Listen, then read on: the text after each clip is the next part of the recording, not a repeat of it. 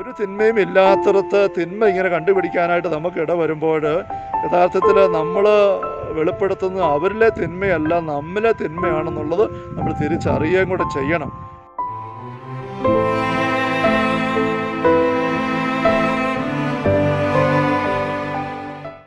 മദ്രസ പറയുകയാണ്, വിവേകശൂന്യമായ ശുഷ്കാന്തി പരിത്യജിക്കണം. അത് വളരെ ആപൽക്കരമാണ്. ഓരോരുത്തരും സ്വന്തം കാര്യം ശ്രദ്ധിക്കട്ടെ. അപ്പോൾ അമിതമായ തീഷ്ണതയോടെ ആവേശത്തോടെ മറ്റുള്ളവരെ നോക്കിക്കൊണ്ട് അവിടെ കുറവുകളും പോരായ്മകളും എല്ലാം കാണാനും അത് ഓർക്കാനും അത് പറയാനും അതേപ്പറ്റി ഇങ്ങനെ പ്രതികരിക്കാനും ഇങ്ങനെയൊക്കെയുള്ള ഒരു ശുഷ്കാന്തി എന്ന് പറയുന്നത് അമിതമായ ശുഷ്കാന്തിയാണ്, അതിതീഷ്ണതയാണ്. സാത്താൻ അതിൻ്റെ പുറകെ പ്രവർത്തിക്കുന്നത്. ഇത് വേണ്ട എന്ന് മദ്രസ പറയുകയാണ്. Hallelujah, hallelujah. ഇത് വളരെ ആപൽക്കരമാണ്.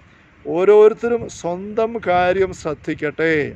അതല്ലേ മത്തായി 7 ഈശോ പറയുന്നത്, നിൻ്റെ കണ്ണിലെ കമ്പെടുത്ത് മാറ്റാൻ നോക്കിക്കേ, നിൻ്റെ കുറവുകൾ ശ്രദ്ധിച്ചേ. നമ്മൾ പറയാറില്ല, ഒരു വിരൽ ചൂണ്ടുമ്പോൾ ബാക്കി 3 വിരൽ 4 വിരൽ നമുക്കെതിരെയാണ് ചൂണ്ടുന്നത്. നിന്നെപ്പറ്റി തന്നെ ശ്രദ്ധിച്ചേ. ഇപ്പോൾ നമ്മുടെ കുറവുകളിലേക്കായിരിക്കണം. നമ്മൾ മറ്റുള്ളവരുടെ കുറവുകൾ പോരായ്മകൾ കാണുമ്പോൾ ഉടനെ ചിന്തിക്കേണ്ടത്, ഇങ്ങനത്തെ ഒരു പോരായ്മ എൻ്റെ ജീവിതത്തിൽ ഉണ്ടാകുന്നുണ്ട്. ഏതെങ്കിലും മേഖലയിൽ അശ്രദ്ധമായിട്ട് പ്രാർത്ഥിക്കുന്നു, അത് കാണുമ്പോൾ നമ്മൾ ഓർക്കേണ്ട, ദൈവമേ, എൻ്റെ പ്രാർത്ഥന ഞാൻ അശ്രദ്ധമായിട്ട് പ്രാർത്ഥിച്ചു പോകുന്ന അവസരമുണ്ടോ? അവരിങ്ങനെ ഏതെങ്കിലും കാര്യത്തിൽ നിയന്ത്രണമില്ലാതെ പെരുമാറുന്നു, ആസക്തിയിൽ കടിപ്പെട്ട് പെരുമാറിപ്പോകുന്നു, മദ്യമായിരിക്കാം, പുകവലിയായിരിക്കാം, എന്തെങ്കിലും ആയിക്കോട്ടെ.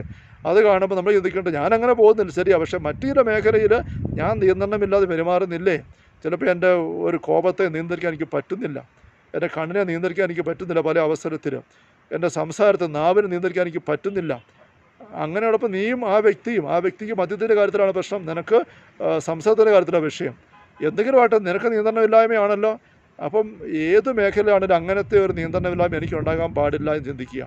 അല്ലെങ്കിൽ അധികാരി ആയിരിക്കുന്നവർ മയമില്ലാതെ പെരുമാറുന്നു, പരുഷമായിട്ട് സംസാരിക്കുന്നു, അവഗണന കാണിക്കുന്നു, പക്ഷപാതം കാണിക്കുന്നു, അങ്ങനെയുള്ള പെരുമാറ്റങ്ങൾ കാണുമ്പോൾ അവർക്കെതിരെ നമ്മൾ തിരിയുന്നതിന് പകരം അങ്ങനെയുള്ള തിന്മ അത്രയും ആത്മീയമായിട്ട് ഉത്തരവാദിത്വവും വളർച്ചയുള്ള ആളിൽ പോലും ഉണ്ട് എങ്കിൽ അത് കാണുമ്പോൾ നമ്മളൊന്ന് ഈശോയുടെ മുമ്പിൽ അവർക്ക് വേണ്ടി മാപ്പ് ചോദിക്കുക. എന്നിട്ട് നമ്മൾ ചിന്തിക്കേണ്ടത്, അതിൽ നിന്ന് അവർ കയറി വരാൻ വേണ്ടി അവർക്ക് സുബോധം ഉണ്ടാകും, വെളിച്ചം കിട്ടാൻ വേണ്ടി പ്രാർത്ഥിക്കണം, കരുണക്കൊന്തയിൽ പ്രാർത്ഥിക്കണം. അതോടൊപ്പം നമ്മൾ സ്വന്തം കാര്യം ശ്രദ്ധിക്കട്ടെ. എൻ്റെ ജീവിതത്തിൽ ഇപ്പോഴുള്ള അവസ്ഥയിലോ മുന്നോട്ടുള്ള അവസ്ഥയിലോ ഇതുപോലെ ഞാൻ പെരുമാറാൻ സാധ്യതയുണ്ടോ? ഭാവിയിൽ ഇങ്ങനെ പെരുമാറാനുള്ള ഒരു പ്രവണത ഇപ്പോൾ എനിക്കുണ്ടോ? എൻ്റെ എളിയ സാഹചര്യങ്ങൾ ഞാൻ പെരുമാറുകയും സംസാരിക്കുകയും ചെയ്യുമ്പം ഇതുപോലെ ചെറിയ രീതിയാണെങ്കിൽ ഞാൻ പെരുമാറാറുണ്ടോ, സംസാരിക്കാറുണ്ടോ? അങ്ങനെ നമ്മുടെ ജീവിതത്തിലെ കുറവുകളും പോരായ്മകളും പരിശോധിച്ചറിയാനും അത് കണ്ടുപിടിക്കാനും തിരുത്തിയെടുക്കാനുമുള്ള ഒരു പ്രേരണയായി, ഒരു കാരണമായി, ഒരു അവസരമായി മറ്റുള്ളവരുടെ ജീവിതത്തിലെ കുറവുകളെ പോരായ്മകൾ നമുക്ക് എടുക്കാനായിട്ട് സാധിക്കണം. ഞാൻ തന്നെ കുഴിയിൽ വീണെങ്കിലേ കുഴി വീഴാതിറക്കാൻ പഠിക്കുകയുള്ളൂ എന്ന് നിർബന്ധം എടുക്കേണ്ട. മുന്നേ പോകുന്ന ആൾക്കാർ ഒരു കുഴിയിൽ കാല് പോയി തട്ടിമറിഞ്ഞ് വീഴുന്നത് കാണുമ്പം പുറകെ വരുന്ന നമ്മൾ ഇവർ നിന്ദിക്കേണ്ട, പുച്ഛിക്കേണ്ട, അവരെ എണീക്കാൻ സഹായിക്കണം. എന്നിട്ട് നമ്മൾ ആ കുഴിയിൽ പോയി കാല് വെക്കാതിരിക്കാൻ ശ്രദ്ധിക്കണം. ഇനി പുറകെ വരുന്നവർ അവിടെ ഒന്ന് മറിഞ്ഞ് വിടാതിരിക്കാനായിട്ട് അവിടെ കുഴി നികത്താനോ അവിടെ ബോർഡ് വെക്കാൻ നമ്മൾ ശ്രദ്ധിക്കണം. അങ്ങനെ നമ്മൾ വളർന്ന് മുന്നോട്ട് പോകേണ്ടത്. അല്ലാതെ കുഴിയിൽ വീണ പന്നിക്ക് കല്ലും മുട്ടിയും എന്ന് പറഞ്ഞ പോലെ വീഴ്ച വന്ന കുറവ് പോരായ്മയുള്ള വ്യക്തികളുടെ കുറവുകളും പോരായ്മകളും നോക്കിയിട്ട് അധിക്ഷേപിച്ചും ആക്ഷേപിച്ചും പരിഹസിച്ചും വിമർശിച്ചുമുള്ള രീതിയിൽ നമ്മൾ പോകാൻ ഇടവരരുത്.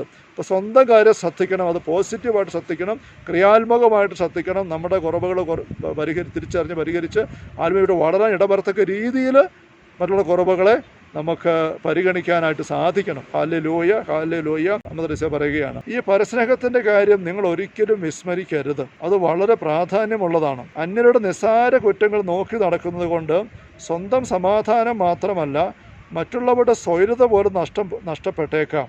മിക്കപ്പോഴും അവ കുറ്റമല്ലായിരിക്കും. കാര്യമറിയാതെ നാം അവയെ അതിവർണ്ണനം ചെയ്യരുത്. അപ്പോൾ മദ്രസ ഇതേപ്പറ്റി തന്നെ വീണ്ടും പറയുകയാണ്, ഈ പരസ്നേഹം ദൈവസ്നേഹം ഒരുമിച്ച് പോകുന്നതിനെക്കുറിച്ച്. ഇങ്ങനെ മറ്റുള്ളവരുടെ കുറ്റങ്ങൾ നോക്കി നടക്കുമ്പോൾ 2 അപകടമുണ്ട്. ഒന്ന്, നമ്മുടെ ഉള്ളിൻ്റെ സ്വൈരത പോകുന്നു. നമ്മുടെ ഉള്ളിന് സ്വസ്ഥതയില്ല, അസ്വസ്ഥതയാണ്, ഒരു വക അരോചകത്വമാണ്, അകൽച്ചയാണ്. അതിൻ്റെ ഫലമായിട്ട് നമ്മുടെ സമാധാനം നഷ്ടപ്പെടും. നമ്മുടെ മുഖഭാവം പോലും ഒരു പ്രത്യേക രീതിയിലായി പോവുക. നമുക്ക് അവരെയൊക്കെ കാണുമ്പോൾ അവരെപ്പറ്റി ഓർക്കുമ്പോൾ പുഞ്ചിരിക്കാൻ പറ്റുന്നില്ല, അവിടെ അടുപ്പം തോന്നുന്നില്ല. അത് നമുക്ക് വലിയ നഷ്ടമാണത്. അതോടൊപ്പം തന്നെ നമ്മളിങ്ങനെ പറഞ്ഞും നോക്കിയും വിധിച്ചും ഒക്കെ പെറുപെറുത്ത് നടക്കുമ്പോൾ അവരുടെയും ചുറ്റുമുള്ളവരുടെയും, നമ്മൾ ആരോട് തിന്മ പറയുന്നു അവരുടെ കേൾക്കുന്ന അവരുടെ സ്വസ്ഥത നമ്മൾ നഷ്ടപ്പെടുത്തി കളയും. നമ്മുടെ പക്കൽ ആരെങ്കിലും വന്നിട്ട് നമ്മുടെ അയൽപക്കത്തുള്ള ഒരാളെ പറ്റി കുറേ കുറ്റവും അഴുക്കും ഉള്ളതോ ഇല്ലാത്തതോ ആയിക്കോട്ടെ പറയുമെന്ന് വിചാരിക്കുക.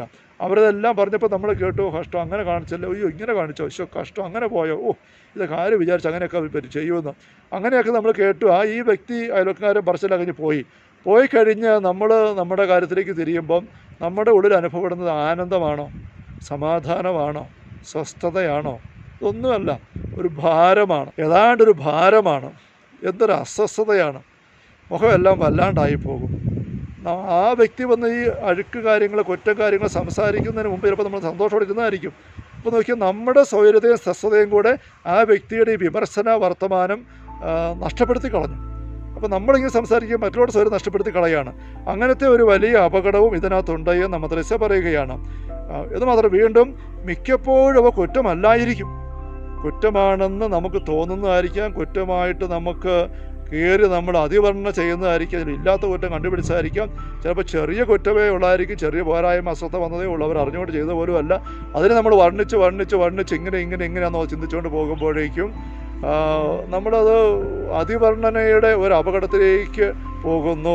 ഒരു തിന്മയും ഇല്ലാത്തടത്ത് തിന്മ ഇങ്ങനെ കണ്ടുപിടിക്കാനായിട്ട് നമുക്ക് ഇടവരുമ്പോൾ യഥാർത്ഥത്തിൽ നമ്മൾ വെളിപ്പെടുത്തുന്നത് അവരിലെ തിന്മയല്ല, നമ്മിലെ തിന്മയാണെന്നുള്ളത് നമ്മൾ തിരിച്ചറിയുകയും കൂടെ ചെയ്യണം. നീ വിധിക്കുന്ന വിധിയാൽ നീ വിധിക്കപ്പെടും, ഈശോ പഠിപ്പിക്കുമ്പോൾ അത് തന്നെയാണല്ലോ വരുന്നത്. Hallelujah, hallelujah, hallelujah.